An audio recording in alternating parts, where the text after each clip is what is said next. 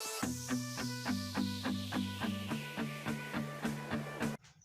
वालेकुम स्टूडेंट्स आज हम फार्मेसी टेक्नीशियन की फार्माकोलॉजी जो बुक है उसकी यूनिट 1 का जो हमारा लेक्चर है वो लेक्चर नंबर 8 है। इससे प्रीवियस लेक्चर के अंदर हमने एक्टिव ट्रांसपोर्ट के बारे में पार्ट 1 जो था वो लेक्चर हमने लिया था। एक्टिव ट्रांसपोर्ट से पहले यहाँ पे मैंने हेडिंग दी है ड्रग अब्जॉर्प्शन। असल में ये ड्रग अब्जॉर्प्शन का टॉपिक है कि किन वे से जो ड्रग है वो हमारे ब्लड सिस्टमिक सर्कुलेशन में पहुंचती है। अब्जॉर्प्शन की जो है वो दोबारा मैं आपको रिपीट करवा देता हूं। अब्जॉर्प्शन की डेफिनेशन कि रूट ऑफ ड्रग एडमिनिस्ट्रेशन से कोई भी ड्रग जब हम हमारे जिस्म के अंदर हम अपने जिस्म के अंदर एंटर करते हैं तो उसकी सिस्टमिक सर्कुलेशन तक ट्रांसफ़र करना, यानी किसी भी रूट ऑफ ड्रग एडमिनिस्ट्रेशन से जो ड्रग है उसकी सिस्टमिक सर्कुलेशन तक पहुंचना। और ये आप कह सकते हैं कि ये जो है ये ड्रग की अब्जॉर्प्शन है, ड्रग अब्जॉर्प्शन है। अब ड्रग अब्जॉर्प्शन में इससे प्रीवियस लेक्चर के अंदर हम पढ़ चुके हैं कि हमने डिफ्यूजन के बारे में पढ़ा कि डिफ्यूजन एक ऐसा प्रोसेस है जिसमें जो है वो ड्रग के मालिक्यूल्स हैं वो हायर कॉन्सेंट्रेशन से लोअर कॉन्सेंट्रेशन की तरफ मूव कर जाते हैं। ये एक असूल हमने पढ़ा। आज हमने दो मेथड्स पढ़ने हैं, एक तो एक्टिव ट्रांसपोर्ट का है, दूसरा एंडोसाइटोसिस और एक्सोसाइटोसिस का है। सबसे पहले एक्टिव ट्रांसपोर्ट के बारे में जानते हैं कि ये कौन सा मेथड है जिससे ड्रग है जो उसकी अब्जॉर्प्शन होती है हमारे जो साइट ऑफ एक्शन है वहाँ पर, या जो सेल्स के यानी एक्स्ट्रा सेलुलर से एंट्रा सेलुलर के अंदर जो जिस मेथड को फॉलो करते हुए ड्रग पहुँचती है वो एक एक्टिव ट्रांसपोर्ट भी है। इससे प्रीवियस लेक्चर में हमने डिफ्यूजन के बारे में पढ़ा। एक्टिव ट्रांसपोर्ट के रूल्स पढ़ते हैं कि एक्टिव ट्रांसपोर्ट क्या कहती है, कि एक्टिव ट्रांसपोर्ट जो है वो कैसा मेथड है। यहाँ पे मैंने प्रीवियस लेक्चर की तरह कीवर्ड्स लिखे हुए हैं। यहाँ पे मैंने लिखा है कि एनर्जी रिक्वायर्ड प्रोसेस। ये याद रहे कि जो हमने डिफ्यूजन के बारे में पढ़ा उसके अंदर एनर्जी रिक्वायर्ड नहीं होती, वो सिंपल सा मेथड था जिसमें मॉलिक्यूल अपनी हायर कॉन्सेंट्रेशन से लोअर कॉन्सेंट्रेशन की तरफ मूव करते थे। लेकिन ये जो एक्टिव ट्रांसपोर्ट है इसमें एनर्जी रिक्वायर्ड है इस प्रोसेस में, चूँकि लोअर कॉन्सेंट्रेशन से मॉलिक्यूल्स ने हायर कॉन्सेंट्रेशन की तरफ मूव करना है। स्टूडेंट्स हमेशा डिफ्यूजन के अंदर और एक्टिव ट्रांसपोर्ट के अंदर एक बात याद रखिएगा कि जो डिफ्यूजन प्रोसेस है उसमें जो मॉलिक्यूल्स की मूवमेंट है वो हायर कॉन्सेंट्रेशन से लोअर कॉन्सेंट्रेशन की तरफ होगी, जबकि जो एक्टिव ट्रांसपोर्ट है उसमें मॉलिक्यूल्स की जो मूवमेंट है वो लोअर कॉन्सेंट्रेशन से हायर कॉन्सेंट्रेशन की तरफ होगी। मैंने बहुत बड़ी एग्जांपल दी थी हायर कॉन्सेंट्रेशन से लोअर कॉन्सेंट्रेशन की तरफ। जब आप गैस जो है उसका वाल्व ओपन करेंगे तो गैस बड़ी स्पीड से बाहर आएगी। उसकी वजह यह है कि उसकी कॉन्सेंट्रेशन गैस की वहाँ पे ज़्यादा थी और बाहर कॉन्सेंट्रेशन कम है, इसलिए स्पीड से निकलेगी। यहाँ स्टूडेंट जो एग्जांपल एक्टिव ट्रांसपोर्ट की है इसमें जो मॉलिक्यूल्स हैं, ड्रग के मॉलिक्यूल्स हैं, उन्होंने लोअर कॉन्सेंट्रेशन से हायर कॉन्सेंट्रेटेड एरिया के अंदर जाना है। वहाँ पे एनर्जी रिक्वायर्ड है क्योंकि ये सफ़र जो है ये मुश्किल है लोअर से हायर कॉन्सेंट्रेशन की तरफ जाना।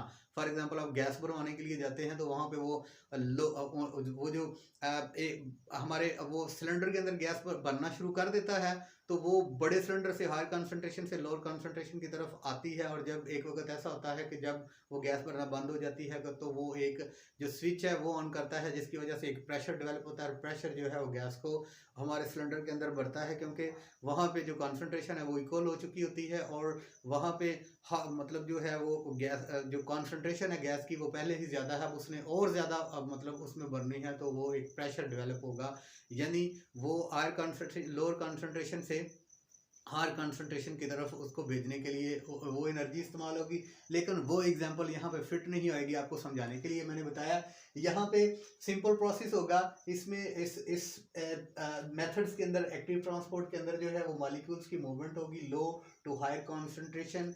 इसमें जो एडिनो ट्राइफॉस्फेट है, एनर्जी का बॉन्ड है हमारा, उसकी हाइड्रोलाइसिस होगी, वो टूटेगा, उसकी एनर्जी रिक्वायर्ड है हमारी एक्टिव ट्रांसपोर्ट के लिए। एटीपी का वर्ड जो है वो ये यूज हुआ है, ये याद रखिएगा। ये एनर्जी का एक बॉन्ड है, पोटेंशियल बॉन्ड है।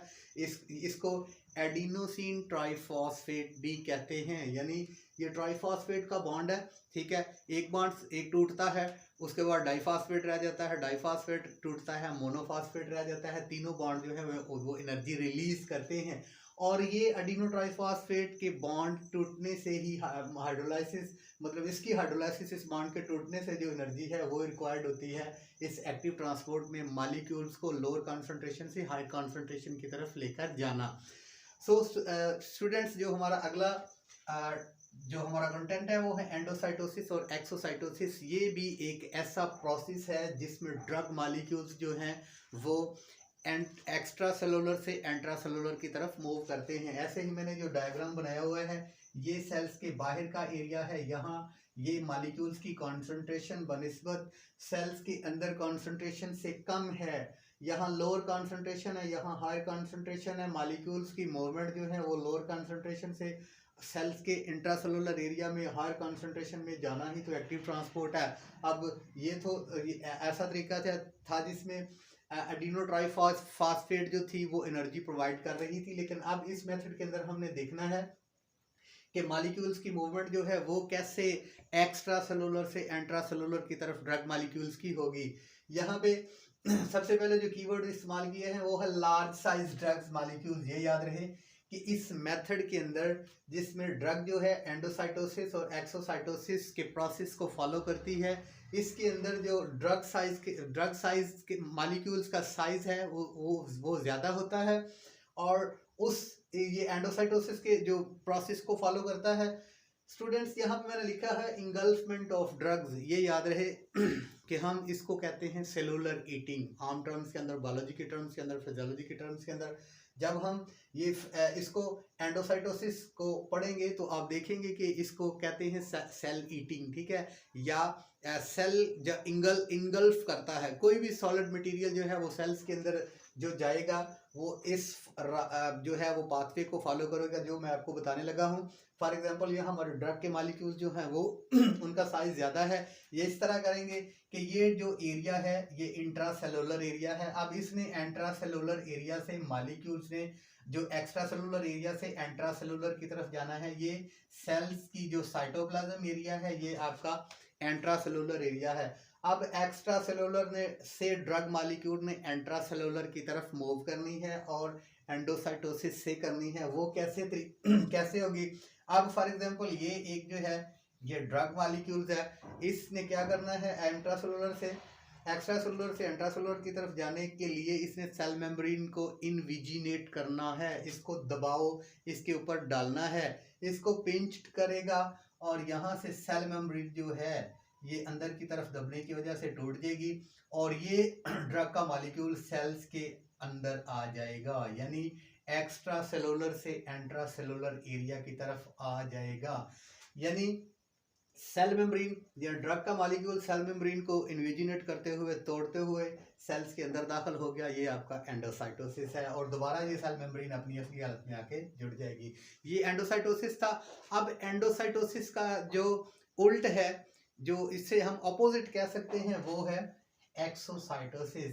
किसी भी लिक्विड मॉलिक्यूल्स का या सॉलिड मॉलिक्यूल्स का, मोस्टली सॉलिड मॉलिक्यूल्स है, सॉलिड मॉलिक्यूल्स का या ड्रग मॉलिक्यूल्स का सेल्स के एक्स्ट्रा सेलुलर से इंट्रा सेलुलर की तरफ मूव करना सेल मेम्ब्रेन को इन्विजिनेट करते हुए, ये आपका है एंडोसाइटोसिस।